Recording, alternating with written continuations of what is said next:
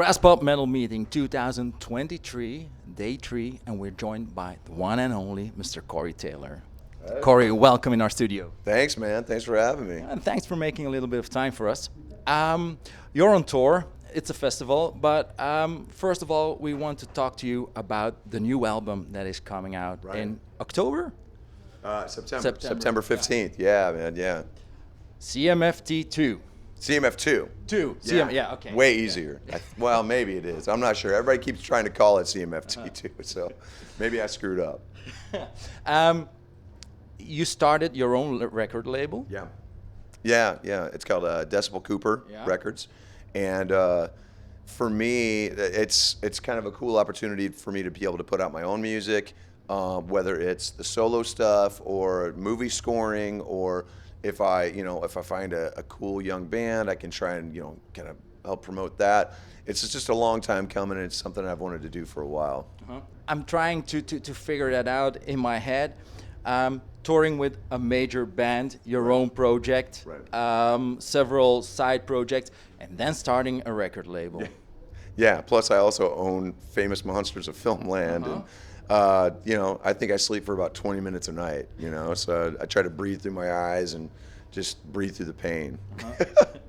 Now, you said yourself, you started the record label, of course, to promote and to release your own work, also for younger bands. Is it something that you do when you go on a festival like this and you go check out other bands, or how do they get to you? I try to, sometimes it's as simple as, finding stuff at festivals and shows like this. Sometimes it's as easy as, bands used to hand out demos back in the day, so you would hear stuff like that. So, really there's no wrong way. Now you go to their SoundCloud or whatever and check their stuff out. But for me, I like to see people live. I like to get in the environment and see how they are live. Because that to me is the real testament to how they are. Because then, when you record them, you can find the soul of them and find their vibe. And be able to kind of make it, kind of try and bring that vibe out. So it's that's how I prefer to kind of find a lot of the bands that I like to work with. Yeah. This morning at 12 o'clock we saw a very young band. To be honest, they blew us away. Yeah, they're very good. Yeah. Are you the kind of sucker dad who stands on the side of the line and said, "Well done, boy"? Oh, dude, absolutely. Yeah, I get down, I'm rocking with them, and there have been times where I've been his water guy. So I hand him his water because he used to do that for me when he was a kid. We're of course talking about Griff and Vended, but yeah, man, I couldn't be more proud. He's so they're killing it right now. And it's just getting bigger and bigger and bigger, and it just makes me just super proud that he found the thing that he's really, really good at. Because I never pushed him towards this life, man. Because this life was hard enough for me. Now you'd add that to this crazy 20-year-old, but he's really embraced it, and him and his homies are just having a great time, and they're killing it. The people are really enjoying the music. What was scary was that we were watching. And we saw a young Corey. Yeah. See, I don't see it. To me, because maybe it's because I'm in my own head when I'm singing.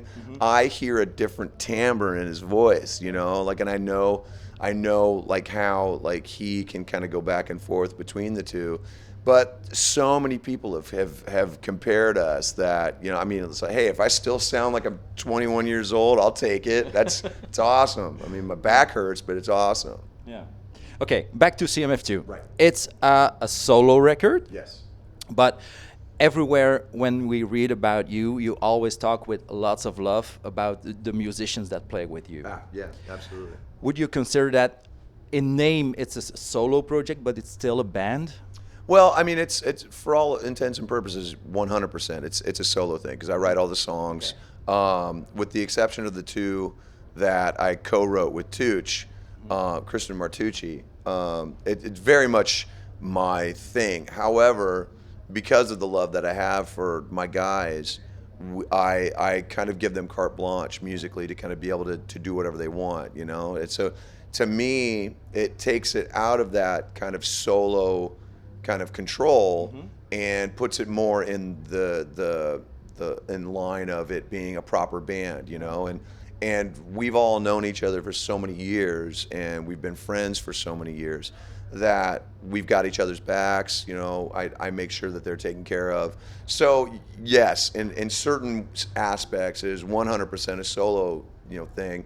But at the same time, when you're doing it with guys who you've been playing with off and on for 20 years, you know, it's kind of like I mean, kind of like Elton John or Bruce Springsteen. You know, it's the same guys who've been playing with them forever. So it's like that's the band. You know, you've got the artist out front, but then you have the band, and that band doesn't change. Yeah. Yeah. You name Elton John and then people like that.